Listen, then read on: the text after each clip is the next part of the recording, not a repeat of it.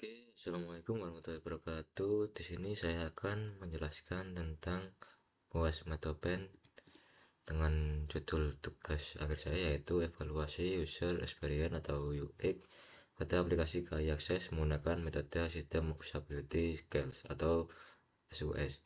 Di sini nama saya adalah Dimas Amidin Meoni dengan nomor NIM 2331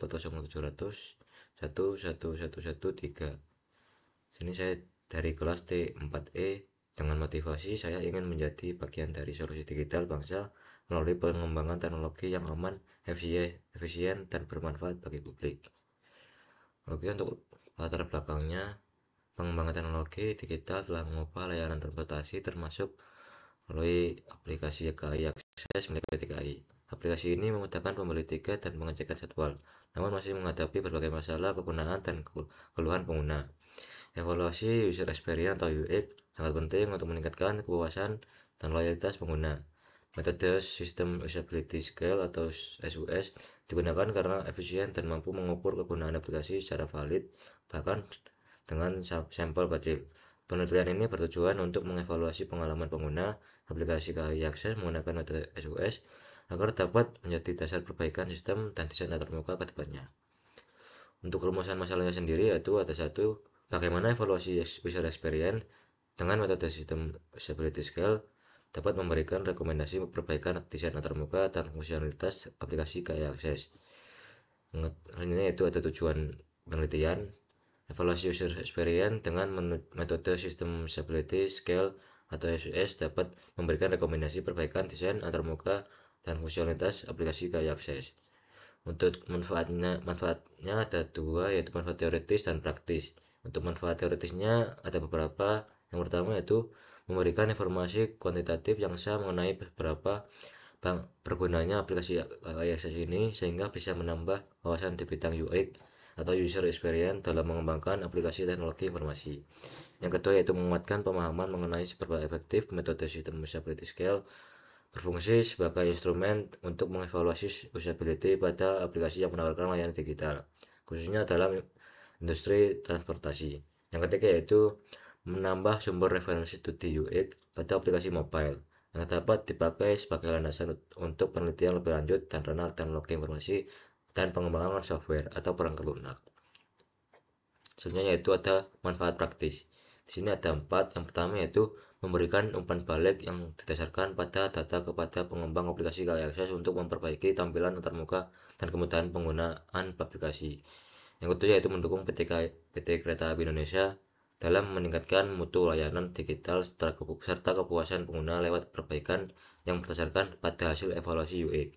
Yang ketiga yaitu mempercepat pengambilan keputusan dalam pengembangan aplikasi dengan menyajikan hasil evaluasi usability yang dapat diukur dan dibandingkan.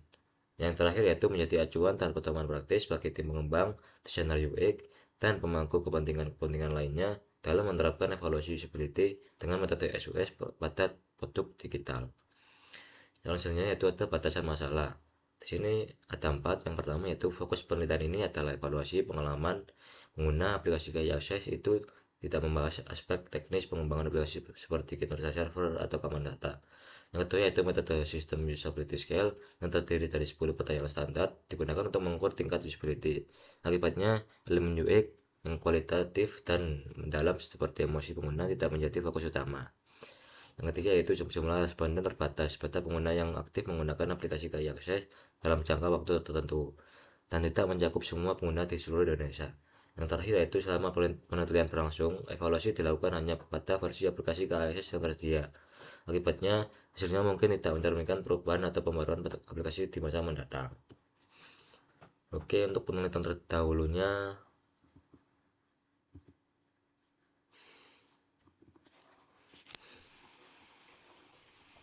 oke, di sini ada yang pertama yaitu penulis Rizky Januar Mustafa dan Agus Prayanto serta Sena Wijayanto pada tahun 2023 dengan judul Evaluasi User Experience Aplikasi KAI Access menggunakan metode sistem usability scale atau SUS dan Cognitive Workflow. Tujuannya yaitu mengevaluasi user experience aplikasi KAI Access menggunakan metode sistem stability scale dan Cognitive Workflow. Metode yang digunakan yaitu SUS untuk mengukur tingkat kepuasan atau satisfaction pengguna, cognitive filter untuk mengevaluasi efisiensi, reliability, dan error. Hasilnya yaitu skor SUS di bawah rata-rata yaitu 63 atau grade D. Objektifnya oke, acceptability-nya maximal high. Skor penilaian efisiensi pada cognitive filter sebesar 0,035 atau 1 second atau responden dapat menyelesaikan 35% tugas per detik. Aspek reliability-nya mencapai tingkat keberhasilan 9%. Tingkat error mencapai 26,3% dengan total 120 kesalahan. Yang kedua yaitu Nur Imwiratus Soliha, Asif Farohi, dan Anita Wulansari pada tahun 2024 dengan judul Evaluasi Pengalaman Penggunaan Aplikasi KAI Akses menggunakan metode UX Honeycomb, dengan tujuan mengevaluasi pengalaman pengguna akses by KAI menggunakan metode UX Honeycomb. Dengan metode yang digunakan yaitu Honeycomb dengan 7 aspek: useful, usable, desirable, findable, acceptable, gradable, dan valuable. Pengumpulan data menggunakan kuesioner dengan sampel 524 responden pengguna akses by KAI di wilayah Pulau Jawa. Dengan hasil variabel field, thing, dan use secara signifikan mempengaruhi variabel user experience. Yang ketiga yaitu penulisnya Ica Wulianti, Cynthia Oktaviani Putri Salman, Golarian Hilarus, Kiantin Beda, Irma Rasita Gloria Barus, dan Amata Fahmi dengan tahun 2024 dengan judul Analyzing User Experience in KAI Access Application Using the UAG Method. Dengan metode tujuannya yaitu menganalisis secara komprehensif komponen user experience atau UX dalam platform KAI Akses dengan fokus khusus pada kebutuhan untuk mengevaluasi UX platform tersebut. Dengan metode yang digunakan User Experience Questionnaire atau UEQ dengan 6 skala penelitian yaitu Attractiveness, Perspicability, Efficiency, Defendability, Stimulation, dan Novelty. Usability testing juga digunakan untuk menguji aplikasi secara objektif. Jumlah sampel digunakan sebanyak 55 responden. Dengan hasil, platform KAI Akses memiliki performa yang baik dalam hal efisiensi dan reliabilitas. Namun terdapat kekurangan dalam berbagai area seperti desain antarmuka dan responsivitas interaktif. Terus yang keempat ada penulisnya Ria Widayanti, Arif Apriansyah, Shani Loren, Gideon Hatoranta Raja Gogok dengan tahun 2024 dengan judul Evaluasi Aplikasi Seluler KAI Akses menggunakan metodologi usability testing. Dengan tujuan yaitu mengevaluasi kegunaan aplikasi KAI Akses dan mengidentifikasi area yang membutuhkan perbaikan. Dengan metode yang digunakan kuantitatif mengikuti standar ISO 924111 melibatkan beberapa pengguna untuk menilai efektivitas, efisiensi, dan kepuasan pengguna. Dengan hasil 40% pengguna mengalami kesulitan dalam menavigasi dan menyelesaikan tugas di aplikasi. Rata-rata waktu untuk menyelesaikan tugas adalah 8 menit, lebih lama dibandingkan aplikasi jenis. Tingkat kepuasan pengguna memiliki skor rata-rata 3,2 dari 5 tingkat kepuasan. Agak terganggu. Masalah utama yang terletak pada navigasi yang tidak jelas, informasi yang tidak lengkap, tampilan yang tidak menarik, dan kinerja aplikasi yang buruk. Yang terakhir yaitu penulisnya Andra Aulia Rizaldi, Vincent Nathaniel, Ramdan Diandri Fakri, dan Arik Cahya Wadjana di tahun 2003 dengan judul Evaluasi Aplikasi KAI Akses menggunakan metode Moderate Usability Testing. Tujuannya yaitu untuk mengidentifikasi rekomendasi perbaikan terkait aspek usability yang perlu diperbaiki untuk membuat aplikasi KAI lebih mudah digunakan oleh pengguna dan untuk mengidentifikasi hal-hal yang paling penting untuk ditingkatkan berdasarkan pengalaman pengguna. Metode yang digunakan yaitu usability testing dengan teknik Moderate Usability Testing menggunakan kuesioner System Usability Scale atau SUS untuk mengukur tingkat kepuasan. Hasilnya yaitu data kualitatif berasal dari umpan balik pengguna tentang aplikasi KAI ini dan rekomendasi untuk perbaikan sistem. Data kuantitatif pada aplikasi KAI Akses efisiensi pengujian 6 tugas berdasarkan waktu adalah 0,8 tuen per detik. Hasil perhitungan SUS ini menunjukkan skor 77 dan dikategorikan sebagai acceptable ke dalam kategori baik atau grade C. Oke, yang Selanjutnya yaitu landasan teori. Yang pertama ada user experience. User experience adalah persepsi dan tanggapan seorang yang dihasilkan dari pengguna suatu produk, sistem atau layanan. UX mencakup seluruh aspek interaksi pengguna dan antarmuka sistem maupun layanan yang diberikan oleh produk tersebut. Dengan kutipan ISO 9241-2010 dalam Sutopo dan Purnamasari di tahun 2020, UX tidak hanya fokus pada kegunaan atau usability, tetapi juga pada nilai pengguna atau user value, kepuasan emosional atau efek, serta kesan yang ditinggalkan oleh produk tersebut selama proses interaksi. Yang kedua yaitu usability. Menurut Jacob Anderson dalam Hadi dan kawan-kawan 2018, usability sebagai atribut penilaian seberapa mudah aplikasi dapat digunakan. Perancangan antarmuka yang baik akan berdampak pada kemudahan dalam interaksi. Pengalaman pengguna saat menggunakan aplikasi adalah dasar evaluasi usability.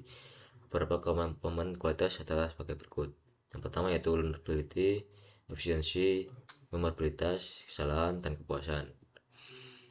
Yang selanjutnya yaitu ada sistem usability scale atau SUS. Sebagai konsep pengujian usability yang diperkenalkan oleh John Brock, yaitu sistem usability scale merupakan sebuah skala usability yang reliable dan murah yang dapat digunakan untuk mengevaluasi usability sebuah sistem secara global. SUS dapat berdasarkan pada skala kuesioner Likert dengan pertanyaan yang telah distandarisasi yang dapat memberikan nilai rata-rata usability dan kepuasan pengguna dengan skala 0 sampai 100 oleh Ramdan et al. Pada tahun 2019. Hasil skor SUS kemudian dinilai berdasarkan 3 komponen utama usability menurut Lewis dan Suarez pada tahun 2017, yaitu efektivitas, apakah pengguna dapat mencapai tujuan mereka dalam sistem. Yang kedua yaitu efisiensi, seberapa banyak usaha dan waktu yang dibutuhkan pengguna. Yang ketiga yaitu kepuasan, sejauh mana pengguna merasa puas saat menggunakan sistem. Yang selanjutnya yaitu aplikasi mobile. Aplikasi mobile adalah aplikasi memungkinkan orang untuk melakukan berbagai macam aktivitas dengan menggunakan perangkat seperti PDA, telepon seluler, atau handphone. Ini termasuk hiburan, jualan, belajar, mengerjakan kantor, browsing, dan lain. Itu menurut Surahman Setiawan pada tahun 2017. Menurut Putra et al. Pada tahun 2023. Aplikasi mobile dapat dikategorikan menjadi 3 jenis utama berdasarkan implementasi dan outputnya, yaitu yang pertama aplikasi natif atau asli, yang kedua yaitu aplikasi web, yang ketiga yaitu aplikasi hybrid. Yang selanjutnya yaitu ada KAI Akses. KAI Akses adalah aplikasi pemesanan tiket kereta api yang telah dikembangkan dan diterbitkan oleh PT KAI. KAI Akses adalah aplikasi yang resmi dari PT KAI dan dirilis untuk memenuhi kebutuhan penumpang baik kereta api jauh, menengah maupun lokal atau komputer. Menurut Alfarizi pada tahun 2021. Aplikasi ini tidak hanya untuk menjual tiket, melainkan beberapa fitur telah ditambahkan untuk membantu konsumen PT KAI Persero. Aplikasi KAI Akses ini dapat menciptakan layanan untuk memfasilitasi penjualan tiket kereta api pada tahun 2014, dapat meningkatkan penjualan dengan lebih banyak pelanggan. Oke, yang bab 3 yaitu lokasi dan jadwal penelitian. Yang pertama yaitu penelitian dilakukan di daerah operasional 7 Madiun, terutama di stasiun Sumbito dan stasiun Jombang, Jawa Timur.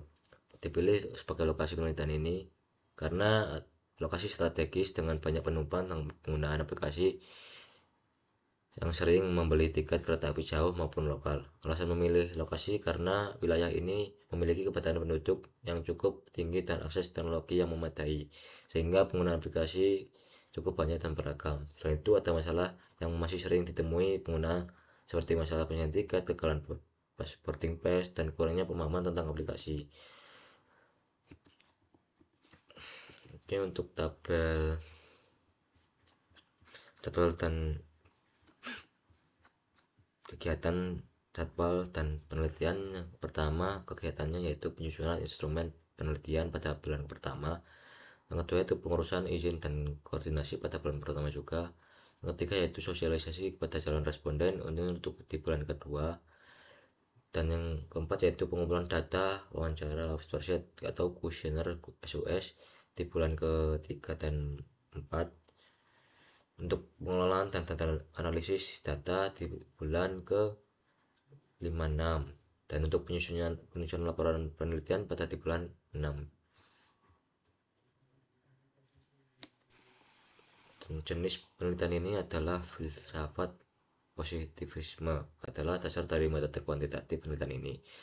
Pilihan metode kuantitatif disebabkan oleh fakta bahwa tujuan penelitian ini adalah untuk mengukur dan mengevaluasi tingkat kegunaan atau usability pada KYC secara objektif dengan menggunakan data numerik yang diberikan responden.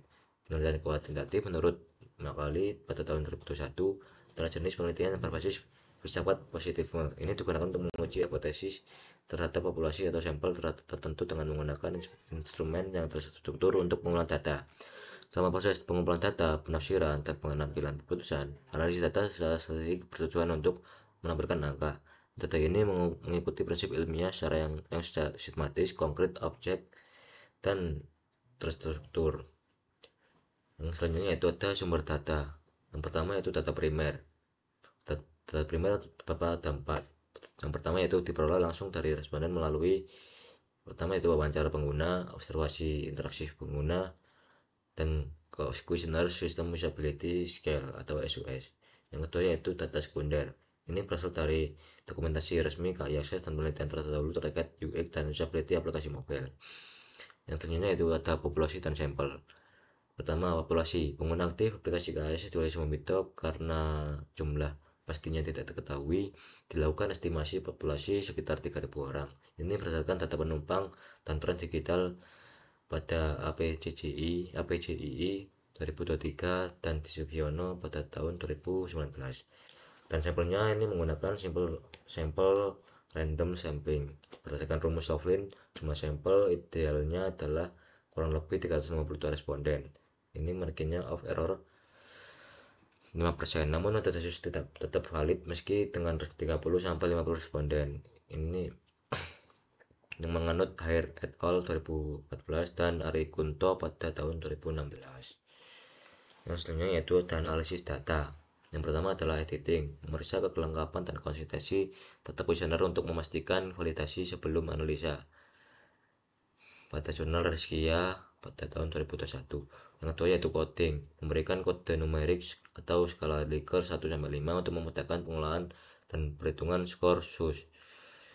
Pada jurnal Brook 1996. Yang ketiga yaitu tabulasi data. Ini menyusun data dalam tabel untuk mempermudah analisis statistik deskriptif pada jurnal IIT 2010. Yang selanjutnya yaitu analisis dan interpretasi data. Ini menggunakan rumus SUS.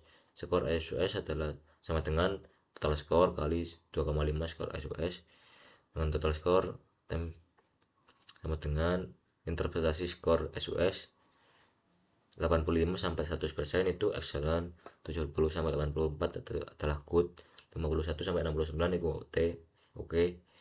Jadi yang terakhir yaitu kurang lebihnya 50 itu adalah poor. Analisis dilakukan dengan SPSS untuk menggambarkan pengalaman pengguna secara kuantitatif menurut Sauro 2021 dan Lewis 2018. Oke, terima kasih. Sekian dari presentasi saya. Apabila ada salah kata, saya mohon maaf sebesar-besarnya. Wassalamualaikum warahmatullahi wabarakatuh.